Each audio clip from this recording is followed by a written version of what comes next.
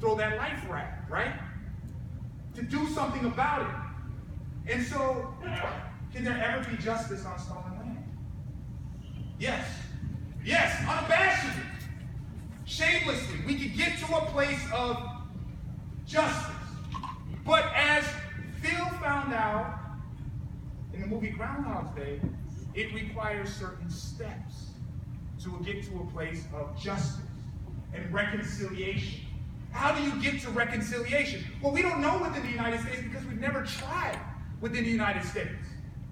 We just, it's like my mom, I'm still waiting for the birds and bees conversation from her.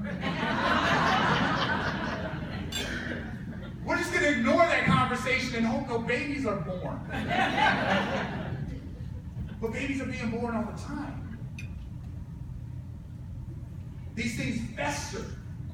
And so conversation, talking about it, acknowledging it. Remember, Phil's first step, admit and acknowledge that something had gone wrong. Where does that start? It starts with us. Everybody's looking for a macro solution, for a big picture solution. Brothers and sisters, the Calvary is not coming. Obama's not going to solve this. Ben Carson's definitely not going to solve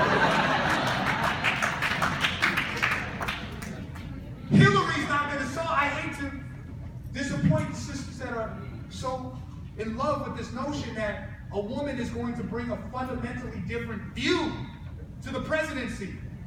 But she's bought and paid for just like the rest. She has the same consultants as the rest. It starts locally. It starts locally.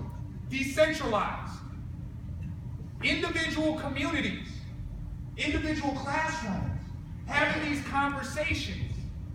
Emboldening and empowering a generation to continue to have conversations.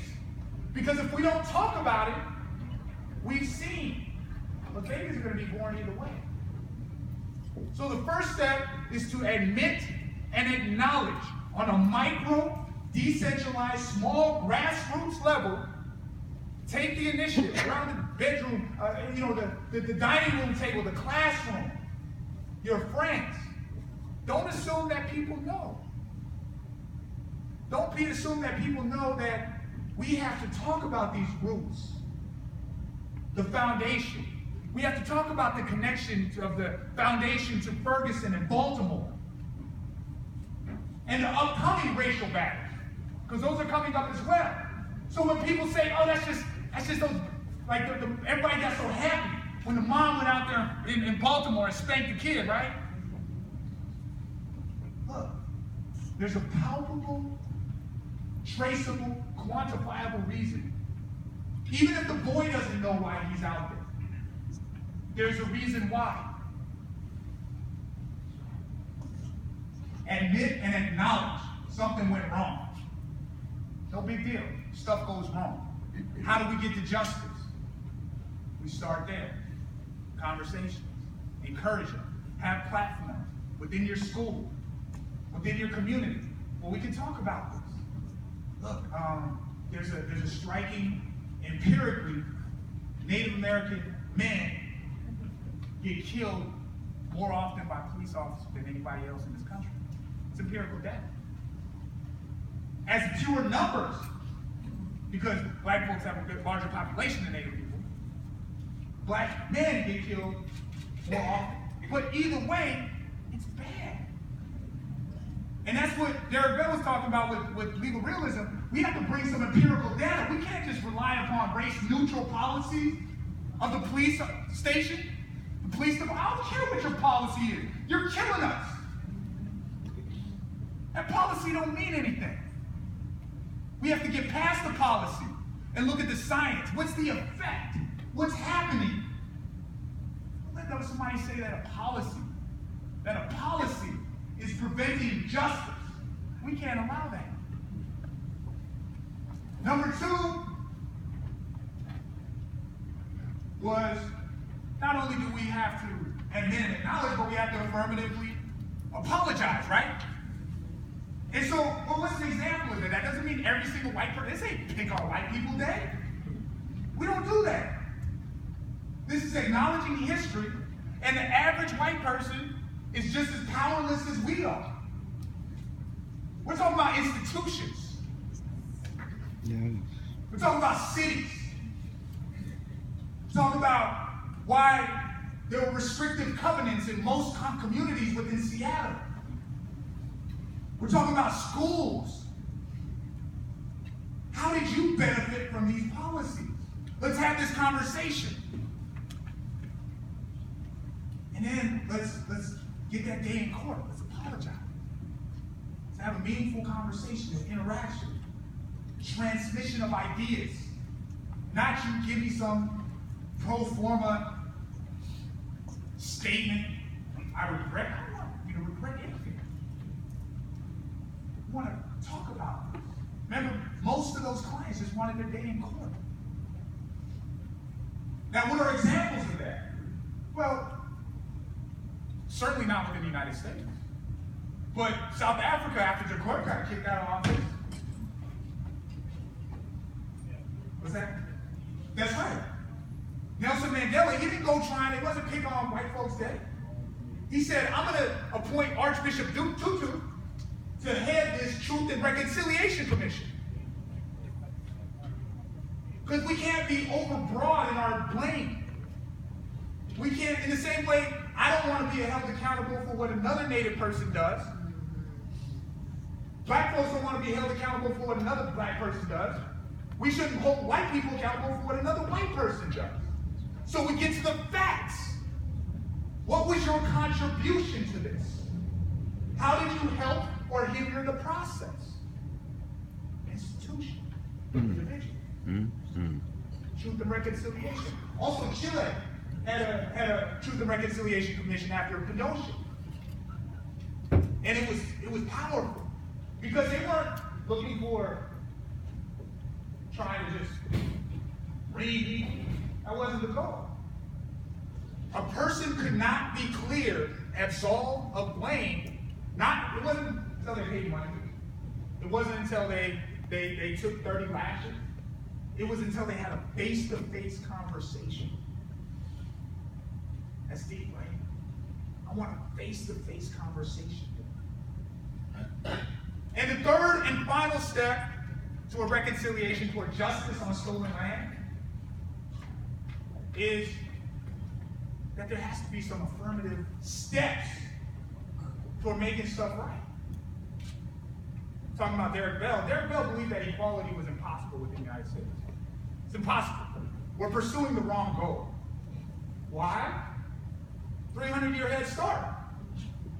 It's hard to make up for that. What are the effects of a 300-year head start?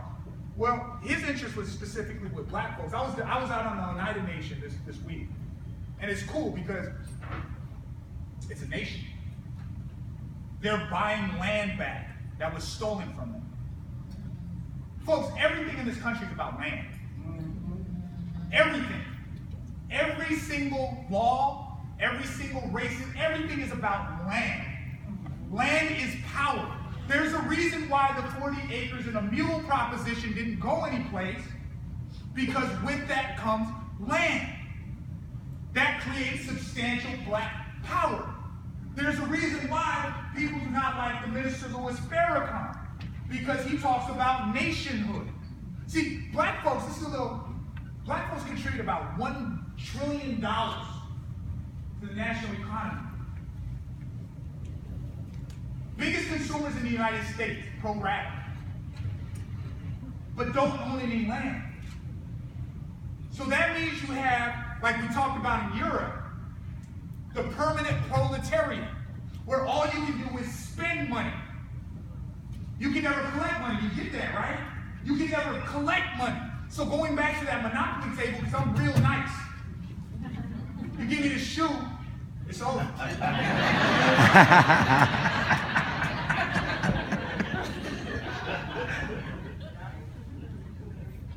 You can start off with $1 million. But what happens if you don't own any property?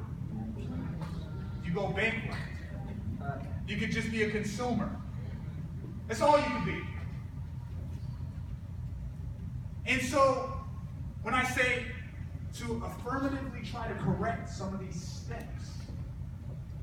It's starting there. Ta-Nehisi Coates wrote an article about the case for reparations. And if I were you folks, I would say monetary reparations is not enough. That misses the point. We're talking about land. We're talking about land. For Native people who have a treaty relationship with land, we talk about, there's something called aboriginal title case. And that says that we're in the aboriginal territories of the Lummi tribe, Lummi Nation.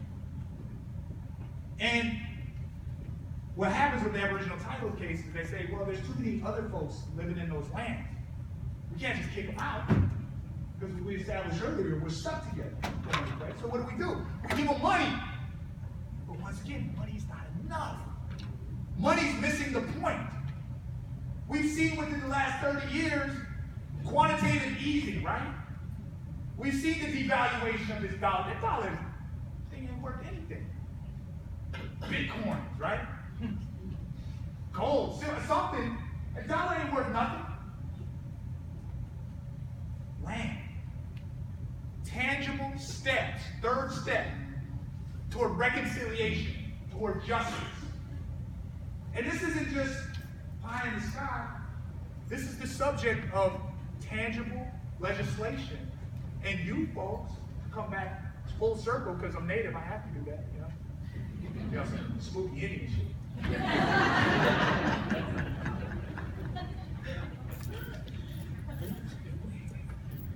Came with the colors of the wind, right?